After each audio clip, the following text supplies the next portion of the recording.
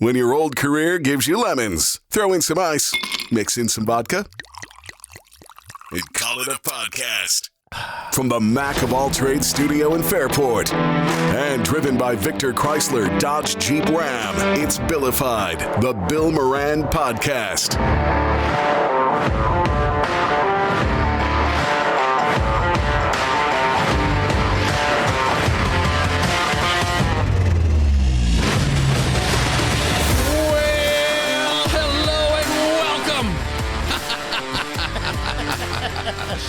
Thanks for getting your pot on. Thank you for telling a friend. That's how we spread the word about the pirate ship. Look who's here. Woo! What's going on, baby? He is so jacked up. It's funny because... Do I look any older? Yeah, actually you do. Stop. No, just a little more tired maybe? I don't know. Well, What's the matter, bud? Nothing. I was tired yesterday. We'll get to that. What's the... Yeah, Doug had a big birthday, 56, 56. Right? Damn, right. It was an all-day adventure. Was it? Yeah. Good. I think that's a great way to do it. So, go ahead. No, go ahead. You tell me. So Sunday, I went over to my dad's house, played cards with him and my stepmother, Kathy, and sausage dinner, potato salad, great. Went back to my house, filled up a minivan with, I ran the BTB golf tournament prizes, just the prizes Monday. Monday, I'm up at 6 now. It's my birthday. Usually don't wake up that early, but I had stuff to do. So, were you excited for your birthday? You're like a little kid. More so that the golf tournament goes well and all the prizes, everybody's happy. So we get out of there, we set up, we made decent amount on the prizes, which goes towards my grand total. Right. And then once everybody went out on the course at 10 o'clock, the first beer was cracked. Yeah. 10:30, 10 o'clock. Yeah. And that didn't stop. Did you have 56? I was trying to figure it out because I brought a 6-pack. Oh, buddy. That was gone. Yeah. Then, of course, the cart girl stopped by a couple times. 3, 4 more. Wow. And then to BTB, more beers. Then the shots started flowing. Probably had 3 or 4 Fireball, 3 or 4 white tea. Then we go to Noonan's, more beer, more shots. Wow. And then my buddies were there, and my friend Jeffrey has this. What is that? Oh, he's got a Corvette. Corvette convertible. Is that a new Corvette? What year? 3 years ago. Okay. Yeah. So they should have in there, depending on what package you got, you can record your driving performance. Yes. Right? You can see what's happening. And also, if you're getting to a house that it remembers, it will raise or lower. Depending on those. So you don't hit a bump and you don't scratch the car. Yeah. Right. So I took one of those for a test drive and when I was in radio. And they sent me out with an intern, a young girl. And they're like, hey, we want you to film them. And so I go out and the guy, it's at this dealership that I was driving a truck with them. And he said, yeah, take it out, go around, do some stuff. So it's like they had racing slicks on this thing. That's exactly it. He puts down, he goes, you're going to get the whole adventure with this. So we're going to give you a whole thing. So he lays the top down. Our other buddy, Brad, is in a Silverado. Yeah. He pulls out before us. Now, if you just step on the gas, it seems like you're going 200 miles an hour. Yeah. And Brad won't let us pass. He's in the middle lane. Not in the middle lane. There's 3 lanes. He's in the middle of the 2 lanes. 2 lanes. The wind's hitting me. I'm laughing so hard it's tough to catch my breath. And it sounds like we're every 100 feet he's flooring. Yeah. Right. And we're laughing our asses off. Right. And then we ended up at Ole's. Because those cars handle so well, Yeah. right? If you know how to. I would say I'm going to say if you know how to drive, which sounds really shitty. I hate when people say that. Right. But, if it's like the slow in, fast out, hug that turn, look for the shortest radius if you're racing and stuff. So I go out with this and I hit a side road with this girl and I come around and she's sitting in the seat and I punch it. And I know what's going to happen. The back end will kick out on you because it's rear wheel. And so it kicks out a little bit. And I she lets out a fucking scream. I went, oh my! I did not scream. It scared the shit out of me. It's like, oh my God, was because side road, country roads, I'll call it a country road, and I grew up in a country area.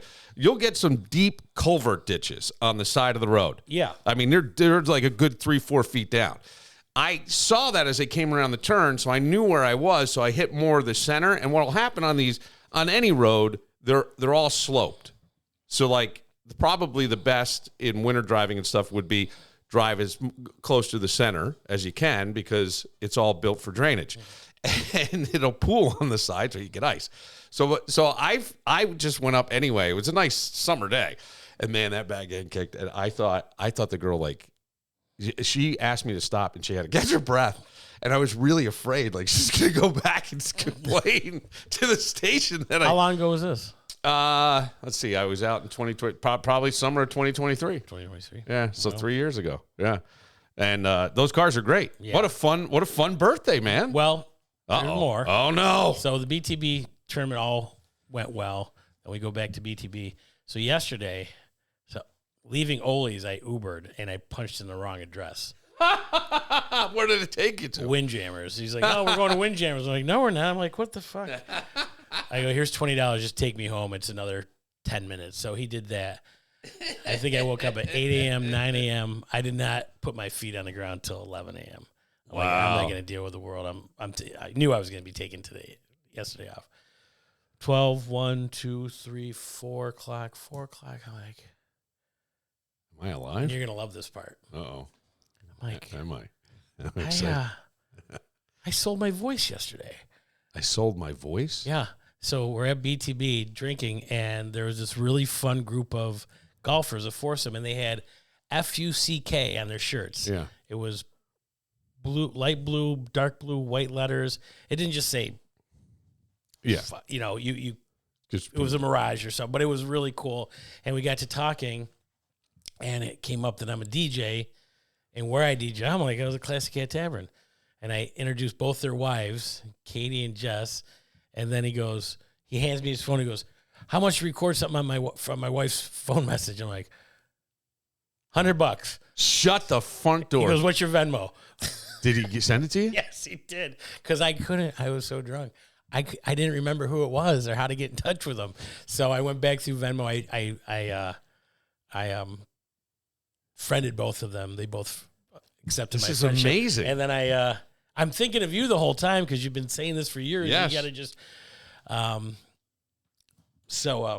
wrote him today. Hey, I'm going to be doing the podcast. I'm going to bring this up. So really cool people. It's Katie and of course I can't remember his name, but I didn't introduce him. That's incredible. Right. Good for you, dude. So look at that. What a birthday. Right. Yeah. Every day, living it like it's a scratch-off ticket, aren't you, pal? Wake up. You never know what's going to happen. You never know what's going to happen. No I plan. won a Jenny Light cooler. Had a steak dinner. A lot of laughs. Such a good birthday. That's awesome. Yeah. I'm really happy to hear that. Yeah.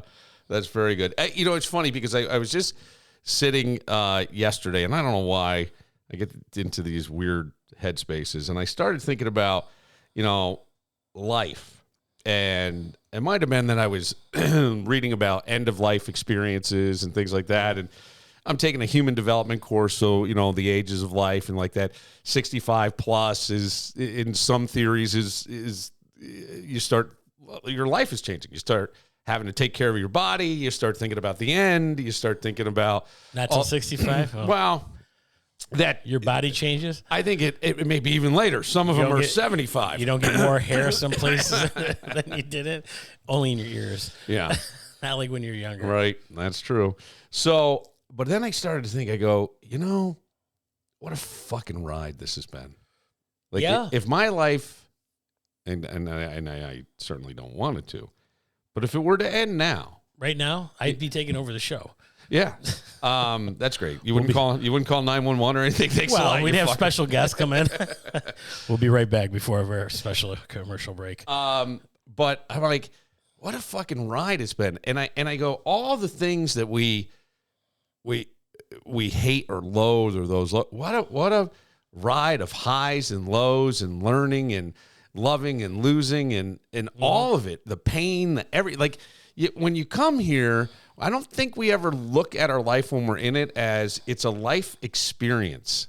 And there's going to be highs and lows and shitty times and great times and amazing things and unexpected things and all this stuff. And at the end, I really don't think, because I was reading this thing from like a hospice doctor who's like, in those final minutes, in those final things, he's like, when people go, there isn't one person that I've experienced in 13 years as a hospice doctor that has said anything other than, man, that was great.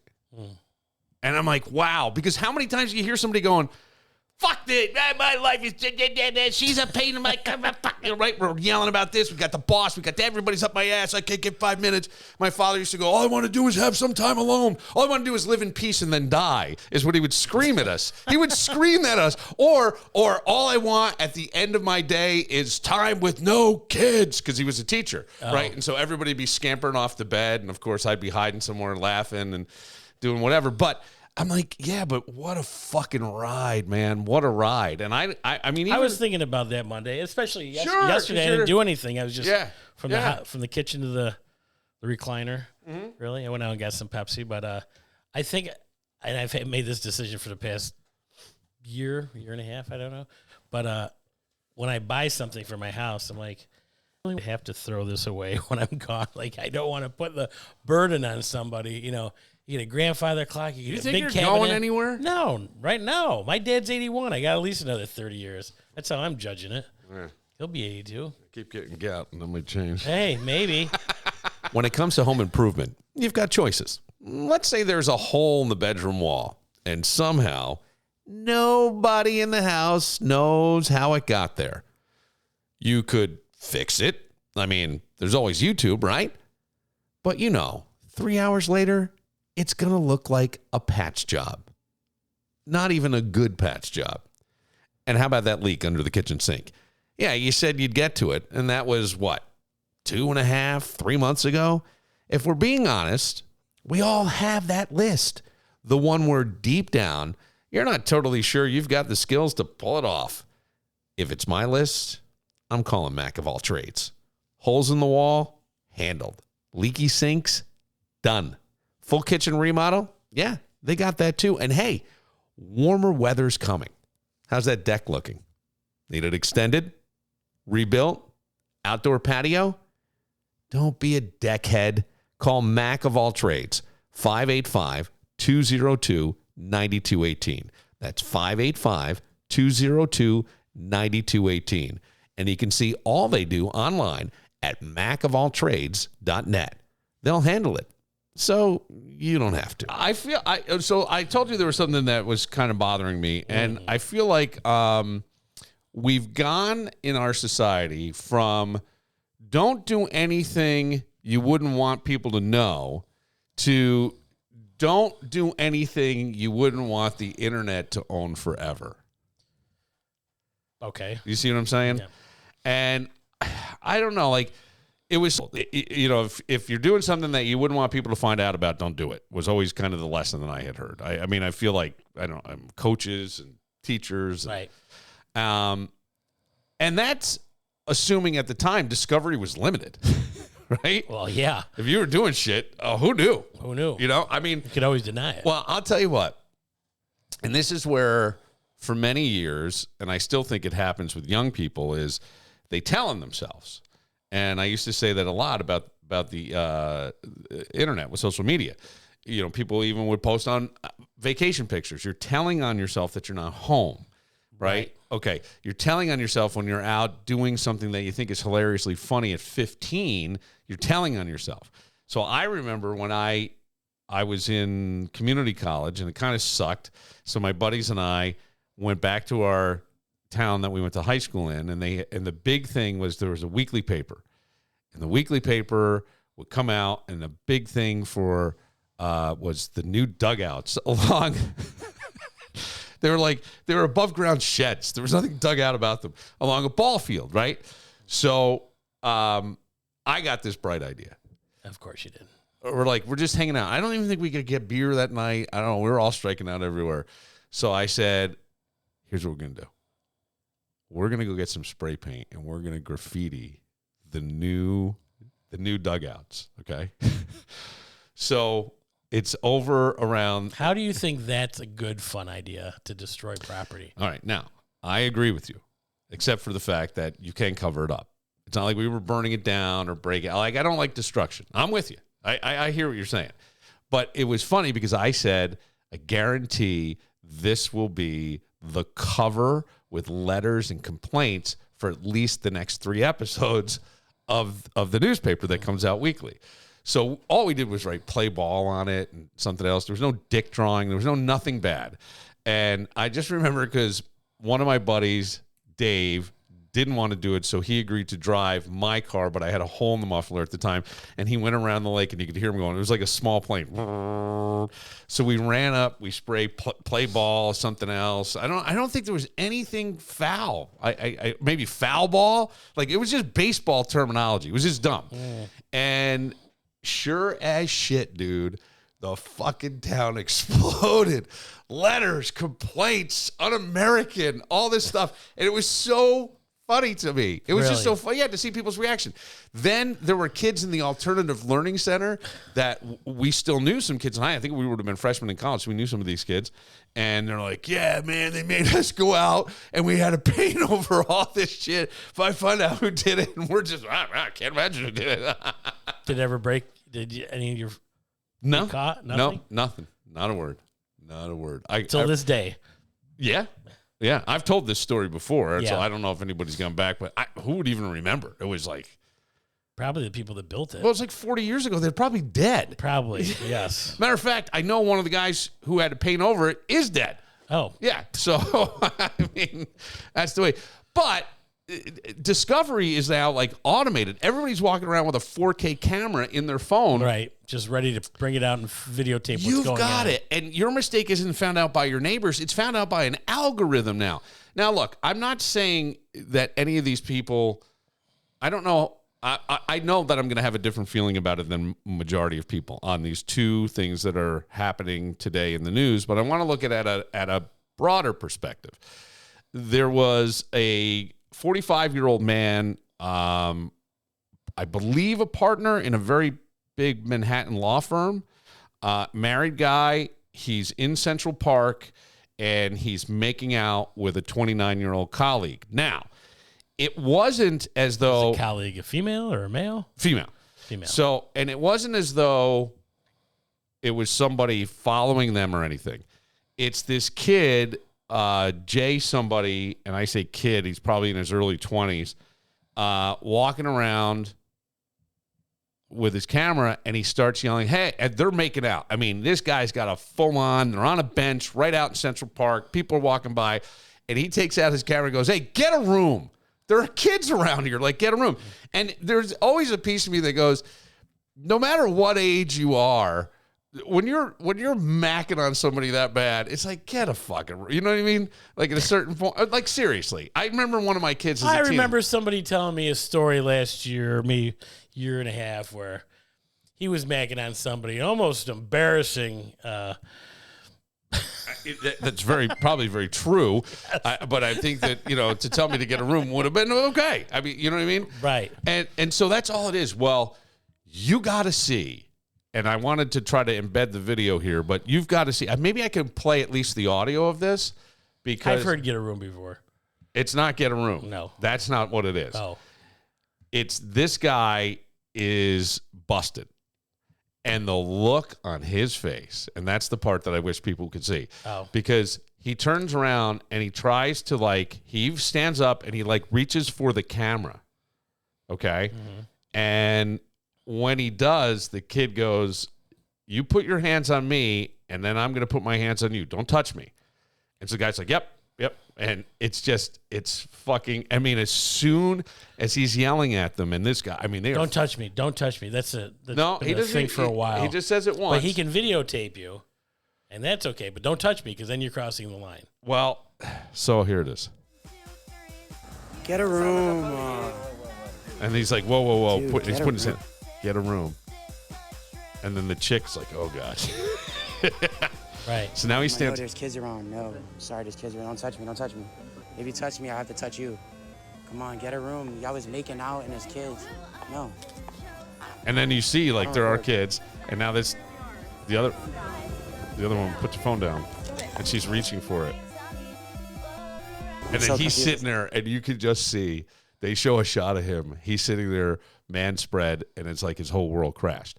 Now, here's the thing that I go, sure, there are people who are saying, this guy's getting what he deserves, or even the woman, maybe, right? Maybe.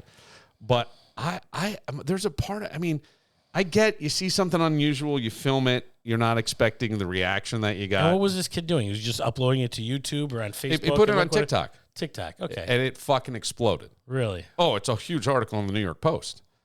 It exploded. That's where journalism has come now, just random videos of catching people on stuff. And look, it's not because, and at the same time, I don't want to necessarily defend the kid, but the kid isn't evil. It's just what he does. He's instinctual. He has a huge following, and he does these New York City videos, right?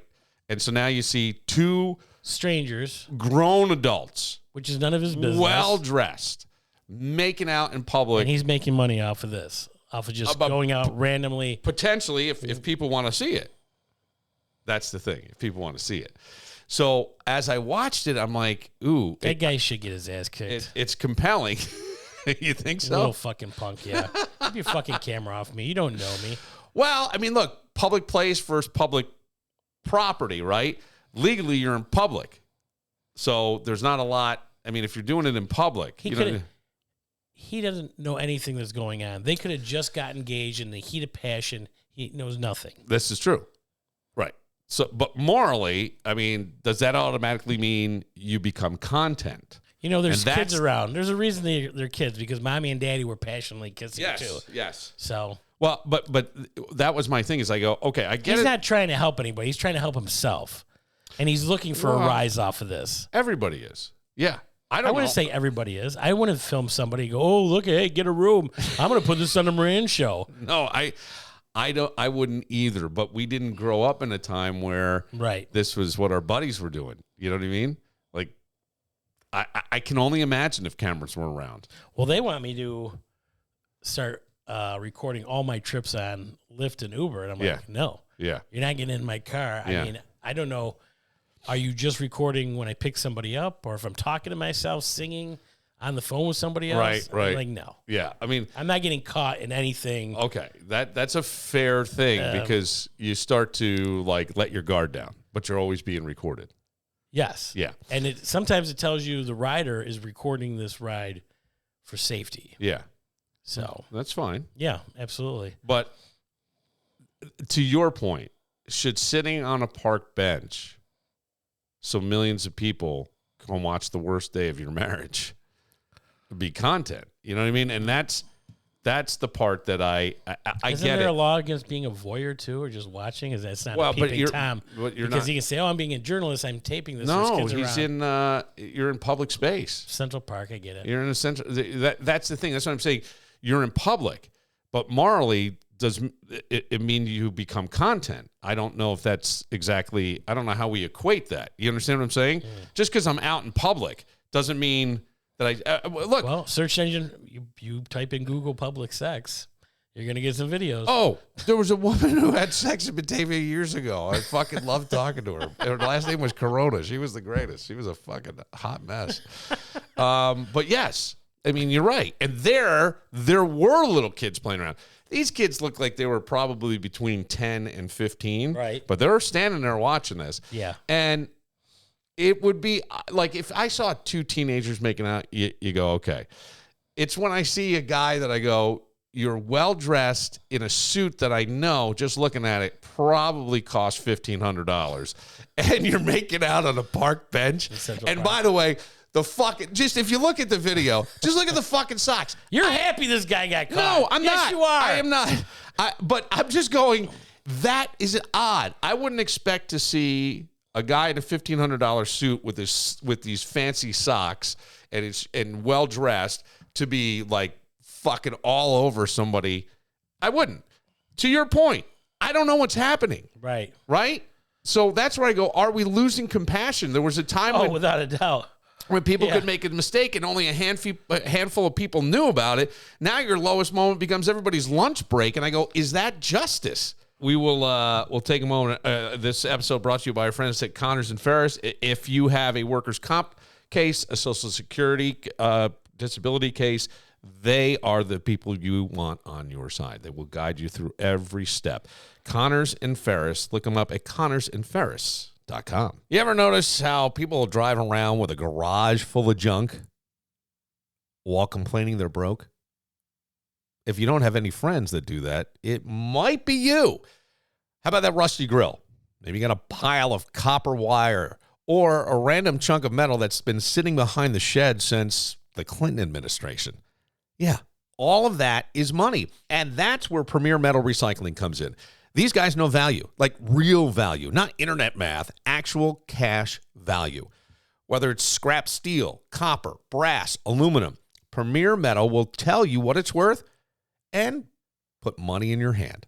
Honestly, it's one of the few places left where cleaning out your garage can actually pay off. They have 2 convenient locations, 909 West Linden Avenue in East Rochester and 11 Carnes Street in downtown Rochester. You can also check daily pricing and exactly what materials they're buying at premiermetalgroup.com.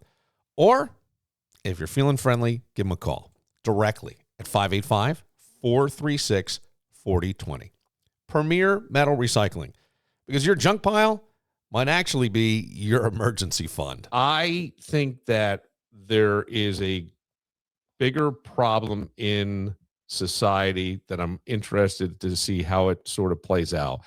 And that is how boys are being raised. And here's where I'm going with this.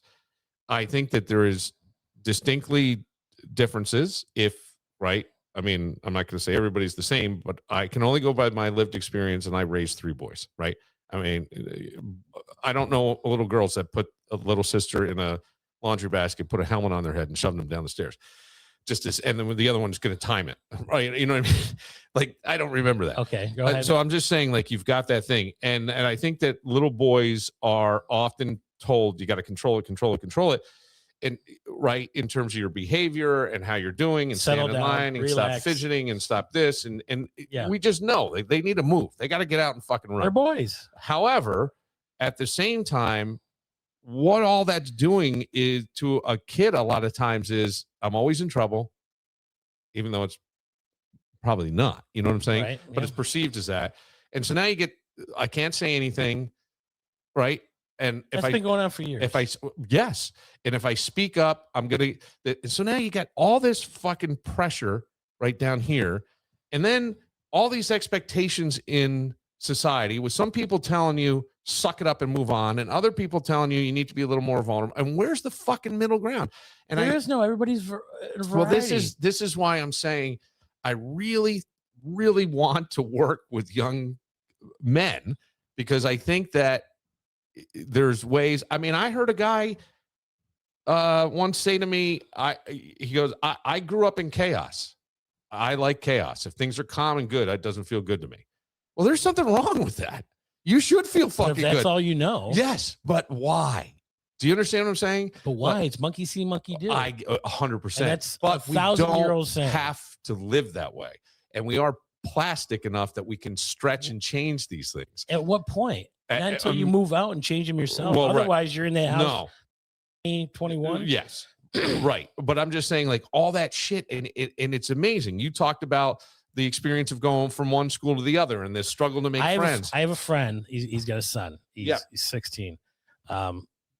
His other friend their parents want to take him to Rob Zombie. Okay. And my buddy goes, "Hey, you DJ?" I go, "Yeah, Rob Zombie." For who? My 16-year-old. I'm like, "Are you going?" No. I'm like, "No, absolutely not." Yeah. Are his parents going? And is it Darien Lake? I'm like, "That's a drunk fest. It's a Buffalo Bills game." And I'm like, "Do you know the parents?" And like, "Oh, yeah." Okay, what's the pause for? Well, are they going to be drinking? I'm like, they better not be. I'm like, if they're in charge of your kid and they're drinking and driving, that's a fucking felony. And if you can't trust them, I wouldn't trust Darien Lake. Marilyn Manson's open. I'm like, no. I'm like, I get it. I mean, I go, how many songs does your kid know? I don't think any. I'm like, well, no. I go, just my opinion. Right. Maybe being overprotective, but and the parents are kind of dirty. I'm like, oh God. I'm like, I get it. Your kid wants to be involved. It's a concert, whether you know the songs or not. I'm going to a concert. You know what? And there's no right answer because the kid wants to go, wants to be cool. Now it's mom or dad are holding me back. My dad wrote a letter to a mother who hosted a party where your father yelled at a priest. What? Didn't your dad yell at a priest? No. We're not coming here anymore. No. No, he wrote a letter. Oh, that was he wrote a letter. Oh, I thought he said something. No. He didn't do that, but he wrote he would write letters. He wrote a letter to my friend Chad McAvery's mom because she threw a party where alcohol was served and she was taking everybody's keys. And his thing was simply, basically, I'm not telling you how to run things, but I am telling you to not admit my son to any party like that again. And I remember I was mortified, right? Because that spread like fucking wildfire. How did that spread like wildfire if it was from him to the mother? Because the kid found out and told everybody. That's on the mother. Well, the mother went and told, yes, 100%. But here was the thing. Well, of course, because she probably questioned herself. If she I DJ'd a party a few years ago. The parents, she had a bartender. Yeah. At a graduation, the kids were drinking. I was very uncomfortable. Well, and her thing was all the parents are here and everybody knows. That doesn't make a difference if they get hit or in an accident, you're fucked. Yeah. If they're where driving. Did you get the alcohol? Right. If they're driving, you're 100% take that right. chance? No way. You're out of your mind. You'll lose everything. You can let your kids drink underage in your home, but I can't let somebody else's kids drink underage in my home unless their parents are on the property. You're going to have enough years to drink. You don't have to rush that. Yeah, a good point. I don't know. I just save think that time for when you're 21. Go out, you have your first. I know people are going. Hell, I snuck beer out of my dad's tap. Not a lot. I wasn't a big drinker in high school. I had to go to a couple parties. I was. Yes, you. Now you're on the radio podcast. But when I look back, when you look at things, that's where I go. If you helped guys learn that you're not neutered by being a little more vulnerable, could you make a better relationship? Could you actually cut down on maybe potentially domestic violence? Could you do certain things to make life better? I don't think everybody's a criminal. I don't. I think that people get second chances. I think that the way we're conditioned and the way society is, right? I mean, when you have a 24-year-old kid sitting across from you who goes, well, society just basically says, suck it up, fucking move on. And not anymore. Yeah. Well, that's what a 24-year-old kid just said to me. So I don't, well, I don't know. I think you get way too many chances now, and you blame it on society. And I'm traumatized. I have anxiety. I have this OCD. Yeah. ADD, KFC, everything you can blame it on. I don't hear that. Oh, I'm sorry. You are correct. And as I listen to you say that, I don't know of any guys that have said that. Now, I will say I'm 55, so there's an age gap there, but I have 3 boys who are in their early 20s and one still a teenager, and I've never heard that. Now, doesn't mean that it doesn't happen with that, but and you're right. I hear it. It is not people that, I'll phrase it this way, that I identify as male that I hear it from. That's all I'll say. Now, that's my lived experience. Doesn't mean anything. I'm just saying, I think that there's like all this shit that's gone on in the last 20 years that has turned society on its head. And it's almost like the art of being a man is lost or has become an art. Let's put it that way. You've got to learn to walk a line, what to say and not to, control your emotions, emotional regulation. And I think when you were full of testosterone and young and you didn't have that as an example, well, then we get problems. That's all I'm saying. Right?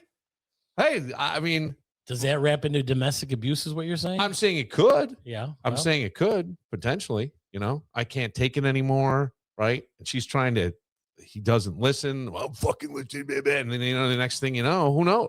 And by the way, I'm not even saying domestic violence is putting hands on each other, although that's usually what we think of. But I mean, fucking having a knockdown, drag out, screaming argument in front of your children abuse is like, it's kind of fucked up. And I saw a lot of that and I did a lot of that. So I'm no angel, but I lived through it, and I can look back and go, could have done that different. Well, that's all I'm saying. I hear you. Yeah, that's it. All right, I got to get out of here. You All right, gotta get out of here. For Dougie Fresh, by the way, a very sincerely happy birthday. I'm still looking for my present. Did you? Yeah, it's the unicycle in the corner. Stop were it. we supposed to get you a present? I didn't. Stop. Like 56. I mean, I bring my dad. You get free Manhattans, but whatever. You know what? I don't need a present. No, I got one. What? I got one. What's I'm not your telling name? you. I'm No, not telling you're you. not I am getting- not telling you. I am not telling you. I don't want anything. Fuck I'm you. very I happy. already have it. I already have it. Okay. I have it. There Very you go. excited about this. No, not today. Not today. No, next time I see you. Okay. But I will have it. And, Okay. and by the way, I'm going to have to work on this. But I'm going to have this. You just said you had it. And now you got to work on it. No. I got to work on how it's going to be delivered. Oh. I got to work on the delivery. You could just have her Uber to my house. I am going to have this delivered. This is going to be Is she older than me? She's a retired principal. My whole day is on that. See? Now, if I were younger, I probably would have fucking slammed my hand. Don't do that. I'm not. Yeah. But I'm just saying, like, emotional regulation. It's a hard thing to master. For Dougie Fresh and his birthday, feeling old, baby. Woo! But partying like he's having Partying like a rock star. Oh, my God, Like a did he swing with a party. bus. Woo! I had over a 12-pack and over 15 shots. I know that. God damn. Yeah. Your liver sat on the stool next I to you. can still hang with the best of them, buddy. Don't let the gray hair fool you, motherfucker. I'm like that, like an old rubber ball. You just don't bounce back like you used to. Yeah, that's all I can say. Remember those pink balls when they get a little weathered? Yeah, right? You leave it outside, it's cracked, you got water in it, just didn't bounce the same. That's what Doug is now. He's the pink ball that you bought at the 5 and dime that you left in the rain. You got to leave it in the sun to dry. I'm Bill Moran. That's what you had to do to your liver the next day. Yeah, somebody looks outside and goes, who's the black guy laying in the sun? It's Doug's liver. I'm Bill Moran. We'll see you next time. We was up to, they wouldn't let us in, and now we're letting members like original sin. Elvis Presley Boulevard.